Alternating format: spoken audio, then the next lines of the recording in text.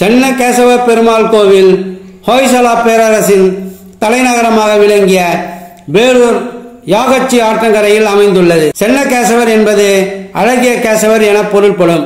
இது இந்தியாவின் கர்நாடக மாநிலத்தில் ஹாசன் மாவட்டத்தில் உள்ள ஹாசன் நகருக்கு 40 கிலோமீட்டர் தொலைவிலும் பெங்களூரில் இருந்து 220 கிலோமீட்டர் தொலைவிலும் அமைந்துள்ளது. கோவிந்த ஹரிநாம சங்கீர்த்தனம் குலம் காக்கும் ஸ்ரீ கிருஷ்ண திருமந்திரம். கோவிந்த ஹரிநாம. வேலூர் போசால கட்டிடக்கலை பாணியில் அமைந்துள்ள பல சிறப்பு வாய்ந்த கோவில்களுக்கு புகழ்பெற்ற இடமாகவும் வைணவர்களின் யாத்திரைக்குரிய இடமாகவும் விளங்குகிறது. இக்கோவில் 1117ஆம் ஆண்டில் ஹொய்சல மன்னனான விஷ்ணுவர்தனால் கட்டுவிக்கப்பட்டது. இக்கோவில் கட்டப்பட்டதன் காரணம் தொடர்பாக வரலாற்றாளர்களிடையே பலவிதமான கருத்துக்கள் நிலவுகின்றன. விஷ்ணுவர்தனின் போர் வெற்றியை குறிக்கவே இது கட்டப்பட்டது என்னும் கருத்தே பெரிதும் ஏற்றுக்கொள்ளப்படுகின்ற கருத்தாக உள்ளது. சங்கீர்த்தனம் குலம் காக்கும் ஸ்ரீ கிருஷ்ண திருமந்திரம். ஹொய்சலர்கள் மீது ஆதிக்கம் செலுத்திய சாளுக்கியர்களை வென்ற பின்னர் கட்டிடக்கலையில் அவர்களிலும் மேம்பட்ட திறமையை வெளிப்படுத்துவதற்காகவே இக்கோவில் கட்டப்பட்டதாக சிலர் கருதுகின்றனர். இத்தலம் பஸ்மாசுரன் பூசிய தலம் என்பது தல வரலாறாக உள்ளது. மூலவர் கேசவ நாராயணன் கல்லாலான பீடத்தின் உயரத்தையும் சேர்த்து 15 அடி உயரம் கொண்டவர். சென்னகேசவர் பெண் உருவில் அழகாக காட்சி தருகிறார். இக்கோவில் வளாகத்தில் தலைவாயிலில் விஜயநகர பேரரசு காலத்தில் கட்டப்பட்ட ராஜகோபுரம் அமைந்துள்ளது.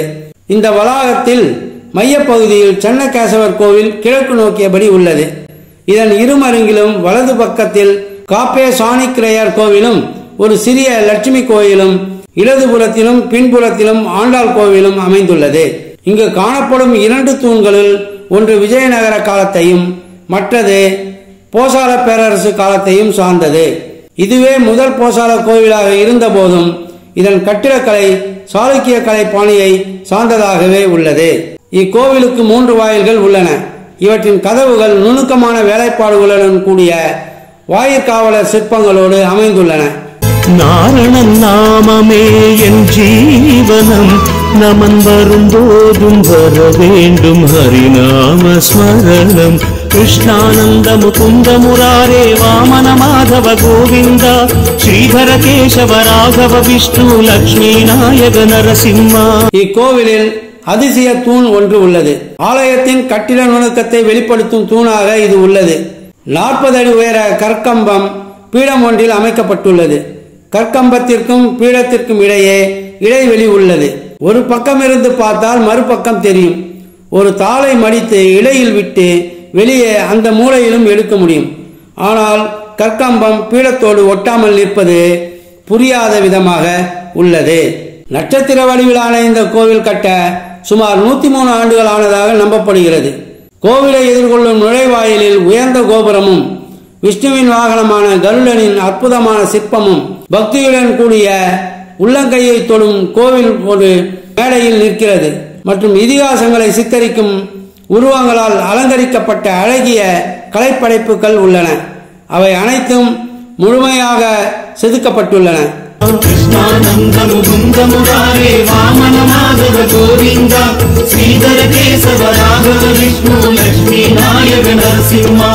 கோவிந்த ஹரிநாம சங்கீர்த்தனம் குலம் காக்கும் ஸ்ரீ கிருஷ்ண திருமந்திரம்.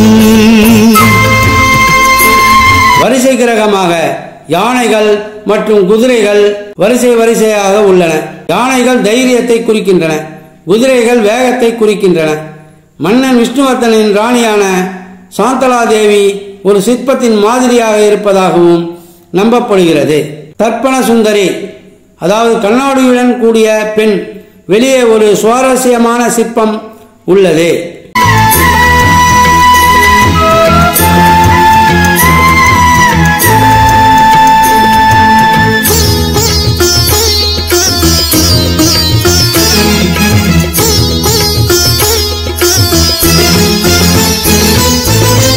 இட்ட கையில் விட்டலாக நின்ற ரங்கனே, எங்கள் இஷ்டமதை என்ன கேசவ பெருமாள் கோவில் யுனெஸ்கோவின் உலக பாரம்பரிய தலங்களின் கீழ் பட்டியலிட முன்மொழியப்பட்டுள்ளது.